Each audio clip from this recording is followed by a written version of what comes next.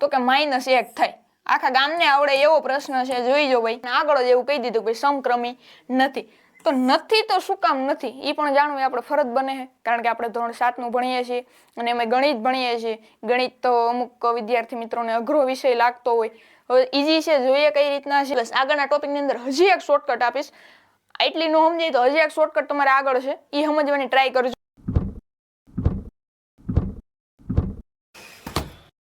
કેમ છો વિદ્યાર્થી મિત્રો? તો આજે આપણે જોવાના છીએ ધોરણ 7 ની ગણિતનું પહેલું ચેપ્ટર, પહેલું પ્રકરણ। પ્રકરણનું નામ છે પૂર્ણાંક સંખ્યાઓ। તો એના વિશે આજે આપણે માહિતી લેવાની છે કે પૂર્ણાંક સંખ્યા કહેવાય કોને, એના ગુણધર્મો, આ બધી બાબતનો આપણે આજે માહિતી લેવાના છે। એની અંદર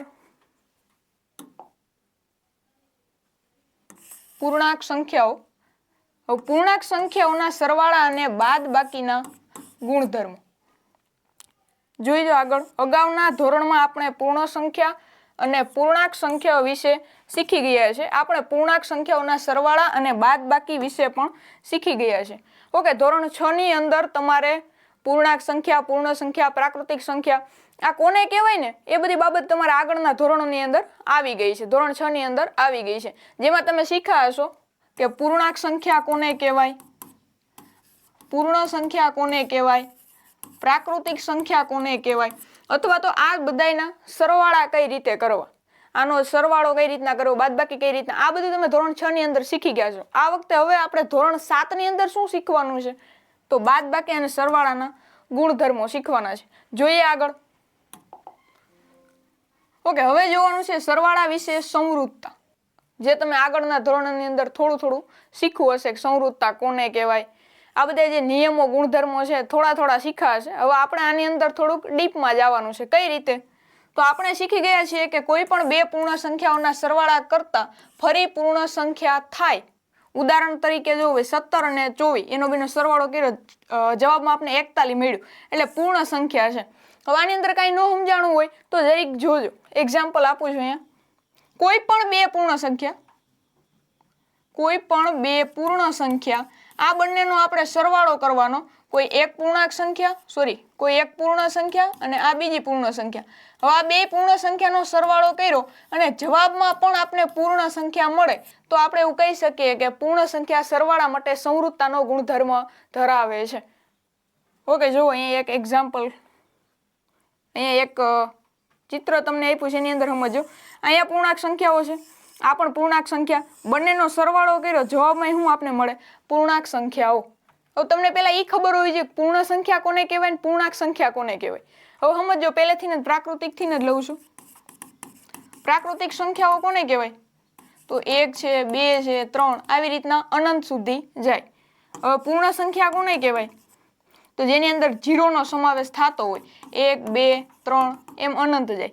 હવે પૂર્ણાંક સંખ્યા કોને કહેવાય, તો જેની અંદર ઋણ પૂર્ણાંક -3 -2 -1 0 1 2 3, જે આ જે છે એ ઋણ પૂર્ણાંકો વચ્ચે આવે 0 અથવા તો 0 અને આ બાજુ આવે છે ધન પૂર્ણાંકો। એટલી બાબત યાદ રાખજો પૂર્ણાંકોની અંદર। હવે પૂર્ણાંકો -3 આવે, -2 આવે, અહીંયા 1 આવી શકે, 2 આવી શકે, જે ધન છે। હવે આપણે આનું એક્ઝામ્પલ જોઈએ।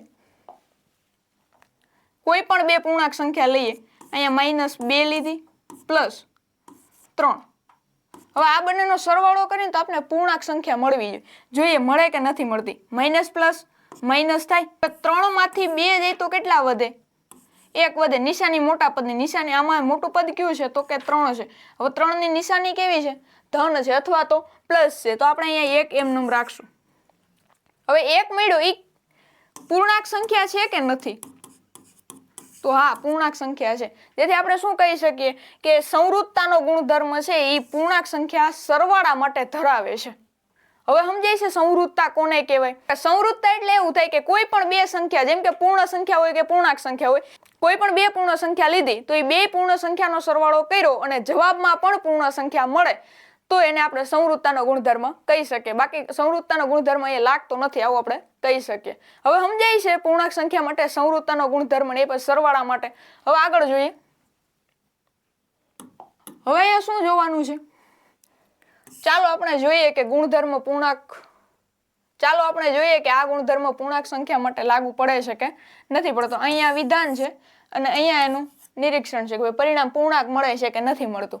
જોઈએ અહીંયા 17 + 23 કર્યા તો જવાબ કેટલો મળ્યો? તો કે 40 મળ્યો. હવે અહીંયા શું કરવાનું? માઇનસ પ્લસ માઇનસ થાય. હવે પેલા એક બાબત અહીંયા છે 10. કેવા 10? તો કે માઇનસ અથવા તો ઋણ 10 પ્લસ 3. માઇનસ પ્લસ કેટલા થા? તો માઇનસ થા. હવે ખાસ બાબત યાદ રાખજો, આ જે સંખ્યા છે એ ઋણ પૂર્ણાંક છે અને આ છે એ ધન પૂર્ણાંક છે. બંને સંખ્યા પૂર્ણાંક છે એવું આપણે કહી શકીએ. તો આનો જવાબ પણ આપણે કેવો મળવો જોઈએ? પૂર્ણાંક મળવો જોઈએ. જો પૂર્ણાંક મળશે તો આપણે એવું કહી શકીશું કે આ જે પૂર્ણાંક સંખ્યા છે એ સંવૃત્તાનો ગુણધર્મ ધરાવે છે, આવું આપણે કહી શકશું. હવે આપણે જોઈએ આની અંદર. ઓકે, માઇનસ પ્લસ માઇનસ થાય. હવે 10 માંથી 3 જાય તો કેટલા વધે? 7 વધે. હવે 7 કેવા વધે? તો જે મોટા પદની નિશાનીઓને લાગુ પડે. 3 અને 10 માંથી મોટું કોણ? તો 10 મોટા છે તો નિશાની માઇનસ આવે. તો જવાબમાં આપને શું મળે? -7. હવે -7 પૂર્ણાંક સંખ્યા છે કે નથી? આ છે. તો આપણે એવું કહી શકીએ કે અહીંયા પરિણામ પૂર્ણાંક છે. સમજાય છે? આગળનું એક્ઝામ્પલ જોઈએ.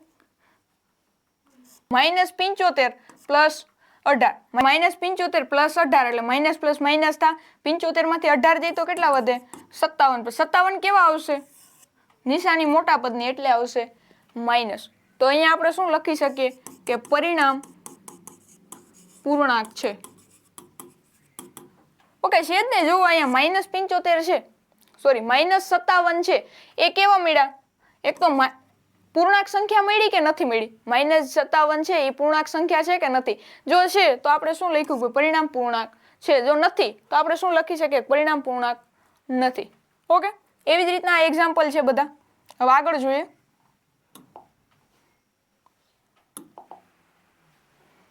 અને આ જેટલા પણ એક્ઝામ્પલ છે આ બધાની અંદર જવાબમાં શું મળશે? પરિણામ પૂર્ણાંક છે. શું મળશે જવાબ? પરિણામ પૂર્ણાંક છે. તમે તમારી રીતે દાખલા ગણવાની ટ્રાય કરજો, જવાબમાં પૂર્ણાંક સંખ્યા જ મળશે. ઓકે, તો અહીંયા શું છે ભાઈ? તમે શું નિરીક્ષણ કર્યું? આપણે શું નિરીક્ષણ કર્યું કે તમામ જે પરિણામો મળ્યા એ કેવા મળ્યા? પૂર્ણાંક મળ્યા.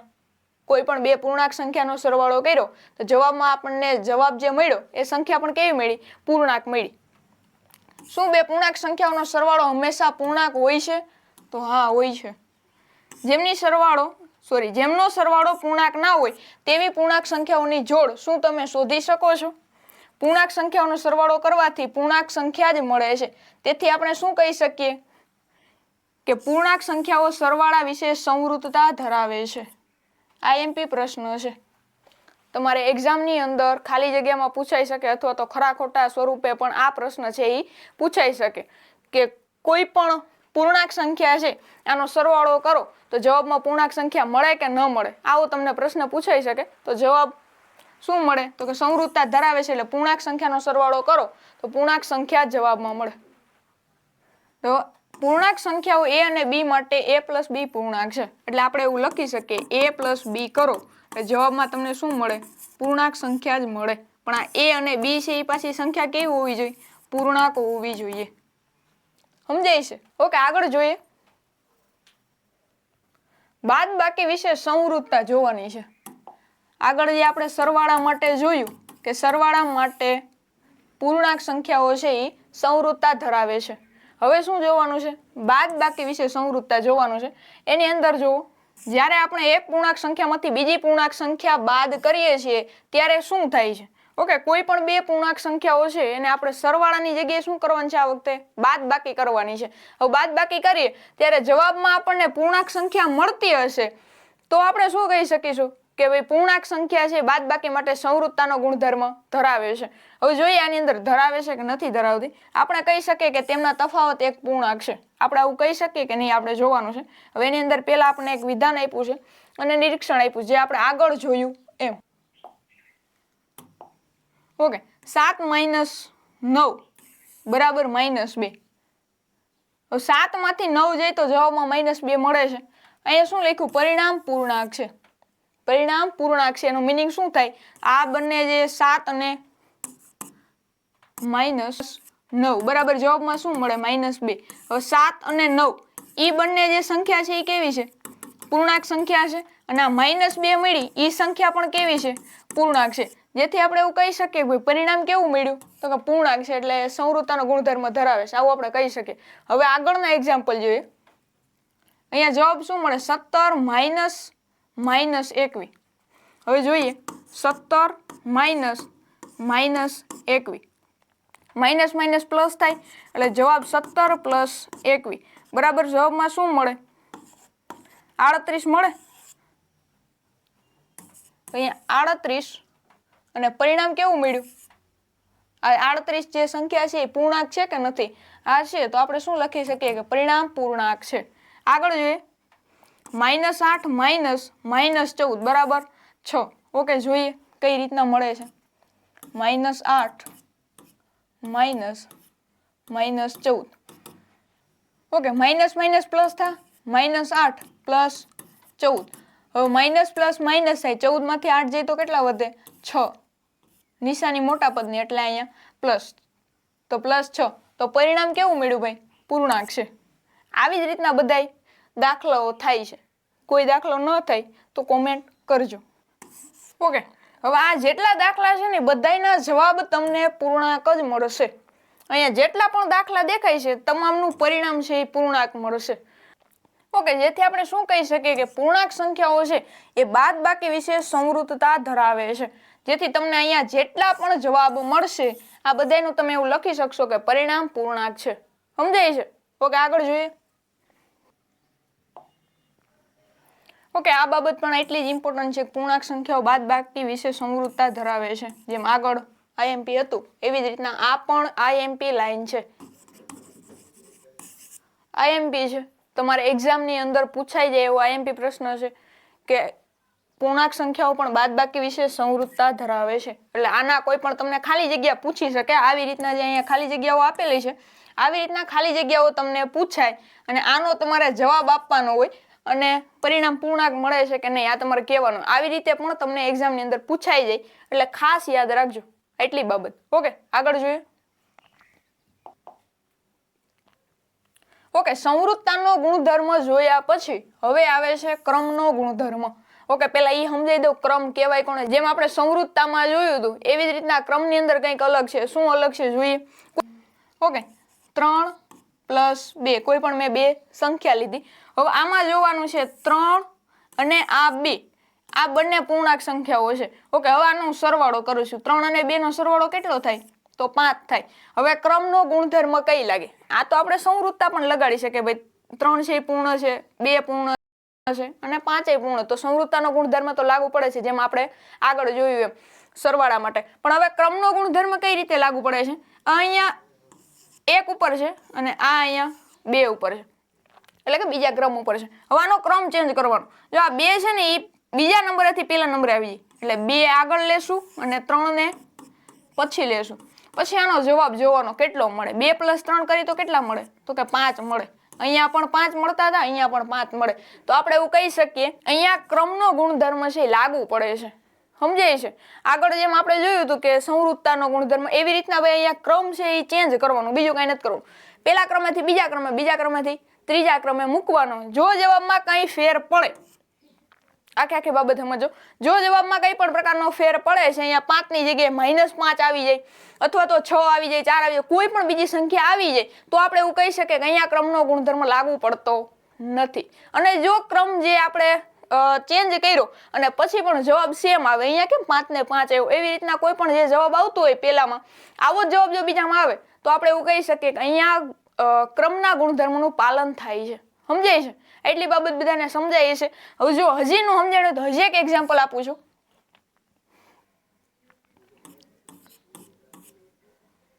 અહીંયા -2 છે +3. ઓકે, બંને સંખ્યા પૂર્ણાંક છે જોઈજો.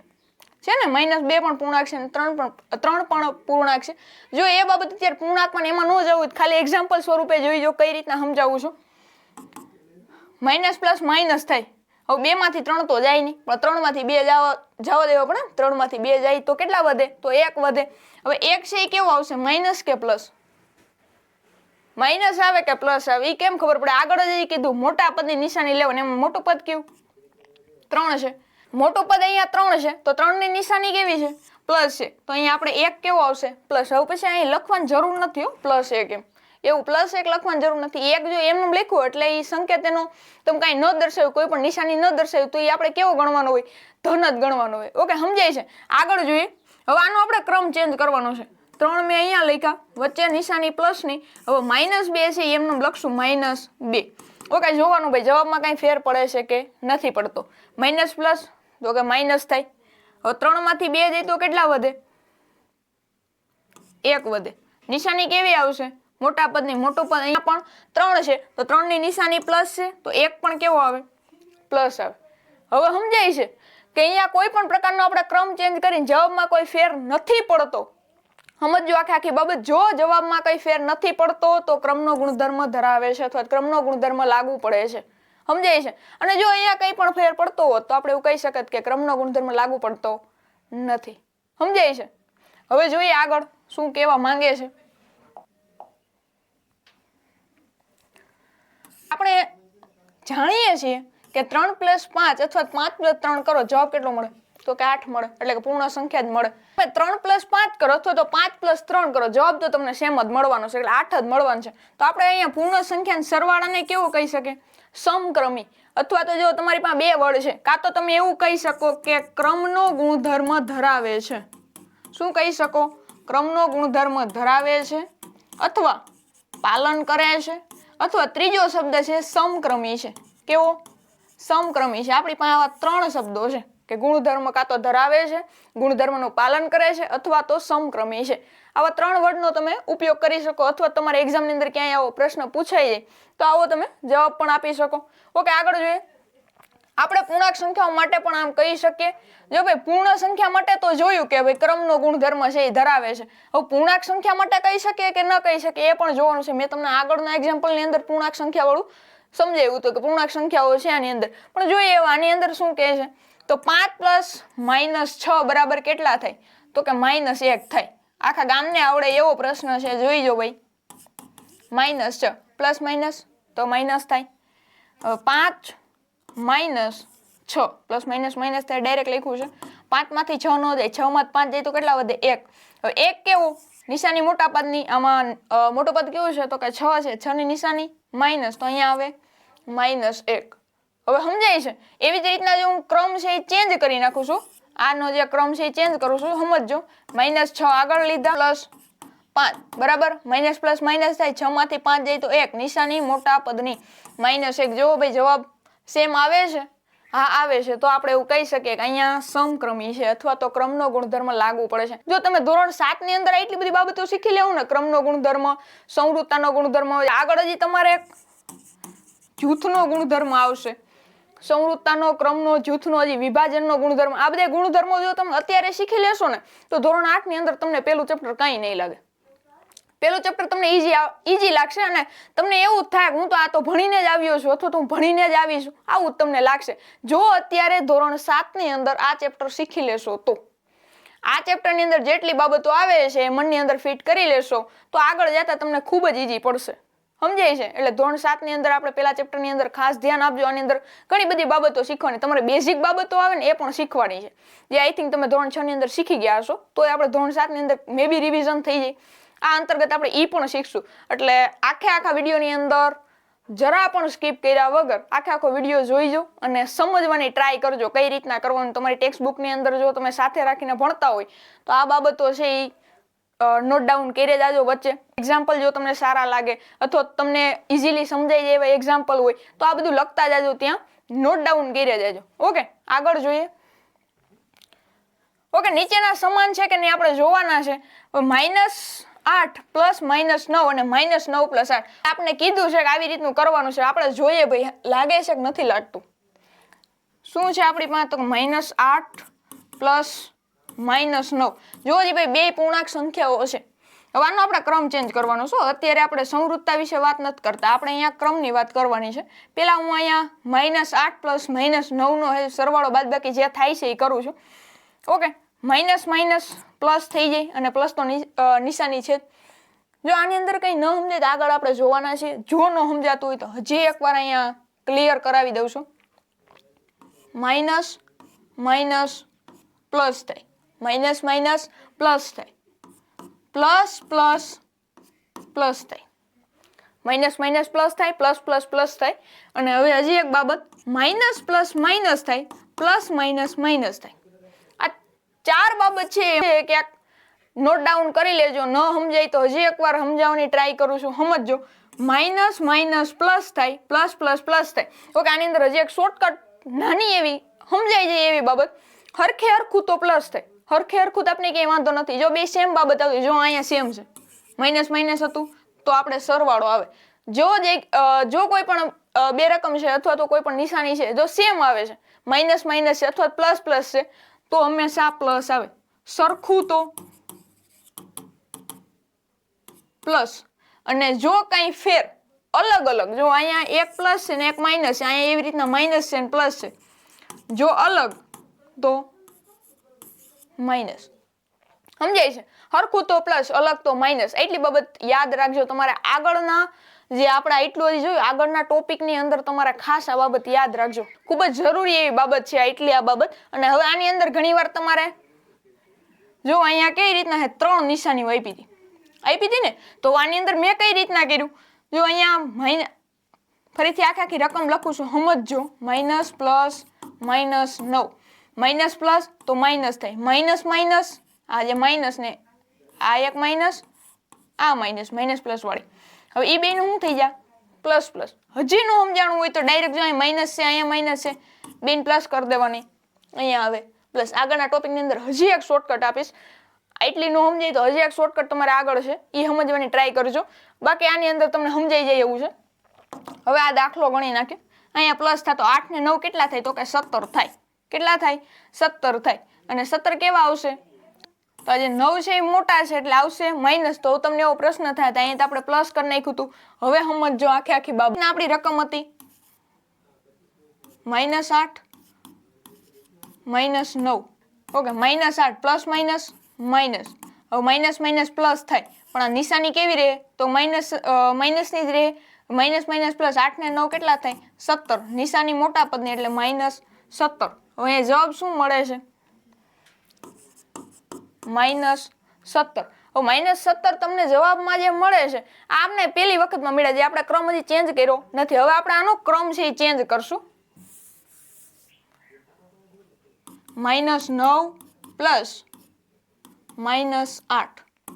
ઓકે, અહીંયા પણ સેમ જ થાય, માઇનસ માઇનસ પ્લસ થાય. હજી ન સમજાય તો આગળ જોવો. પેલા તો લખ્યા માઇનસ પ્લસ માઇનસ, તો -8 લખું છું. હવે માઇનસ માઇનસ પ્લસ થાય, 9 ને 8 કેટલા થાય? 17 થાય. નિશાની મોટા પદની એટલે માઇનસ. જો બે જવાબ સેમ આવ્યા, જો આવ્યા તો આપણે એવું કહી શકીએ કે સરવાળા માટે અહીંયા શું બાબત છે? તો કે સમક્રમી છે. સમજાય છે? અને કઈ સંખ્યા? તો પૂર્ણાંક. એટલી બાબત બધાને ક્લિયર થઈ ગઈ હશે. આગળ જોઈએ. હવે આપણે અહીંયા આજે એક્ઝામ્પલ જોયા, આની અંદર તમામની અંદર તમે કોઈ પણ પ્રકારનો ક્રમ છે આપણે ચેન્જ કરી શકો છો. જેમ કે ત્યાં 23 છે 32 ની જગ્યાએ, 32 છે 23 ની જગ્યાએ આવી જાય. જવાબમાં કોઈ પણ પ્રકારનો ચેન્જ આવશે નહીં. જેથી આપણે શું કહી શકીએ? અહીંયા તારણ શું નીકળે છે? તો પૂર્ણાંક સંખ્યાઓ છે એ સરવાળા માટે સમક્રમી છે. જે મેં આગળ આડી વાત તમને કરી એવી રીતના. હવે તમને આ બાબત એક લાગતી હશે કે આ કેમ આગળ ક્યાંય ન આવ્યા? a પ્લસ b ને એ શું છે? મેં તમને આગળ સંવૃત્તાના ગુણધર્મની અંદર સમજાવ્યું હતું. હજી એકવાર સમજો આ જે ક્રમના ગુણધર્મ માટે કઈ રીતના કામ કરે છે. a plus b.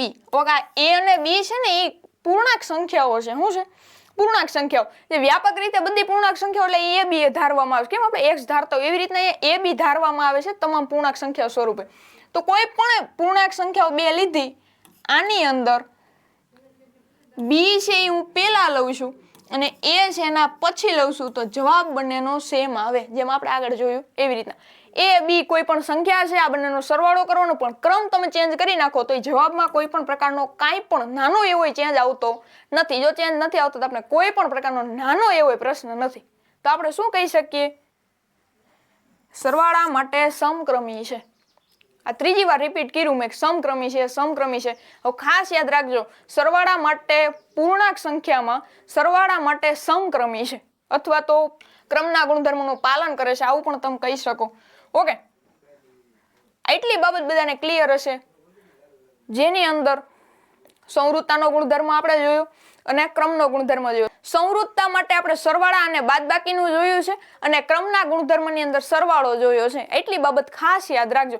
હવે આગળના ટોપિકની અંદર આપણે જોશું કે બાદબાકી માટે કયો ગુણધર્મ લાગુ પડે છે, કયો નથી પડતો, અથવા તો જૂથનો ગુણધર્મ, અને આગળની આપણે અમુક શોર્ટકટ જોવાની છે. તો આ શોર્ટકટ ને આ બધું જોવાનું છે, જેના માટે ખાસ એટલી બાબત તમને આવડવી જરૂરી છે. એટલી બાબત સમજાઈ જાય એટલે આગળની જે કાંઈ પણ થિયરી છે આ બધી તમને આવડતી થઈ જાય. હવે આની અંદર કોઈને કાંઈ પણ ક્વેરી હોય તો કોમેન્ટ કરજો. તો આગળ જોઈએ, ભાઈ સરવાળા માટે તો જોયું, હવે બાદબાકી માટે જોવાનું છે. જોઈએ આગળ.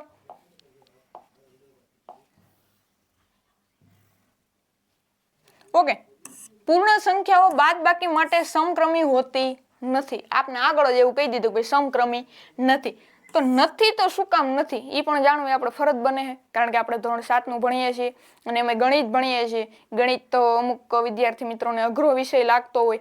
હવે ઈઝી છે, જોઈએ કઈ રીતના છે આની અંદર સમક્રમી છે કે નહીં આપણે જોવાનું છે. હજી પૂર્ણ સંખ્યાઓ તો તમને કહી દીધું છે કે સમક્રમી હોતી નથી, પણ પૂર્ણાંક સંખ્યાઓ બાદબાકી માટે સમક્રમી હોય કે નહીં એ આપણે જોવાનું છે. જોઈએ આગળ. ઓકે, 5 અને -3 પૂર્ણાંક સંખ્યા માટે વિચારો. ઓકે, 5 અને -3. ઓકે, બંને પૂર્ણાંક સંખ્યાઓ છે. હા છે. તો હવે આનો આપણે શું કરવાનું? બાદબાકી કરવાની છે. જોઈએ પેલા એમને, પછી ક્રમ ચેન્જ કરશું. માઇનસ માઇનસ પ્લસ થાય એટલે જોઈજો ભાઈ, 5 અને 3 કેટલા થાય? તો કે 8 થાય. હવે આપણે ક્રમ છે હું ચેન્જ કરું છું, અહીંયાથી લઉં છું -3 -5, માઇનસ માઇનસ પ્લસ થાય. હવે 3 અને 5 નો સરવાળો કરી જવાબ કેટલો મળે? 8 આવે. પણ 8 છે એ કેવા આવશે? 8 ને કઈ નિશાની લાગશે? મોટા પદની લાગે. આમાંથી મોટું પદ કયું છે? 5, અને 5 ની નિશાની માઇનસની, તો અહીંયા -8. ઓકે, જો બે જવાબ સેમ છે, 8 અને -8 સેમ નથી. સેમ નથી એટલે આપણે શું કહી શકીએ કે અહીંયા પણ, એટલે કે અહીંયા પૂર્ણાંક સંખ્યાઓમાં પણ બાદબાકી માટે સમક્રમી નથી, અથવા સમક્રમી હોતી નથી. જો અહીંયા જવાબ પણ તમને આપેલા જ છે, અહીંયા 8 છે અને અહીંયા -8 છે, જે મેં આગળ તમને એક્ઝામ્પલ દ્વારા સમજાવ્યું એ. આગળ જોઈ લ્યો આ બાબત કે આપણે કહી શકીએ કે પૂર્ણાંક સંખ્યાઓ બાદબાકી માટે સમક્રમી નથી. હવે સમજાય છે? આપણે સરવાળો છે એ સંવૃત્તા માટે લાગુ પડે છે અને ક્રમના ગુણધર્મમાં પણ લાગુ પડે છે, અથવા ક્રમનો ગુણધર્મ લાગુ પડે છે. હવે બાદબાકીને છે સંવૃત્તામાં લાગુ પડે છે, ક્રમના ગુણધર્મની અંદર લાગુ પડતો નથી. આથી તમે જો આવી રીતનું એક બોક્સ બનાવતા હોય તો બોક્સ પણ બનાવી શકો કે સંવૃત્તાની અંદર સરવાળા અને બાદબાકી બંને માટે આ નિયમ છે લાગુ પડે છે. પછી આ ક્રમનો ગુણધર્મ છે, આની અંદર સરવાળા અથવા તો સરવાળો અને બાદબાકી. હવે સરવાળો છે લાગુ પડે છે, બાદબાકી લાગુ પડતી નથી. આ હાવ સારાંશ, આ શોર્ટકટ. એટલી બાબત યાદ રાખી લો તો આગળનું કાંઈ યાદ રાખવાની જરૂર નથી. એટલે મનની અંદર એટલું બધું મસાલો ભરવાની જરૂર નથી, એટલી બાબત યાદ રાખી લો. આગળમાંથી કાંઈ પણ ક્વેરી હશે ને એ ડાયરેક્ટ તમારી સોલ્વ થઈ જાય. હવે આની અંદર સંવૃત્તામાં સરવાળામાં અને બાદબાકી માટે ધરાવે છે, ક્રમના ગુણધર્મની અંદર સરવાળા માટે ધરાવે છે, બાદબાકી માટે ધરાવતી નથી. આના તમામના એક્ઝામ્પલ ખાસ તમને આવડવા જોઈએ.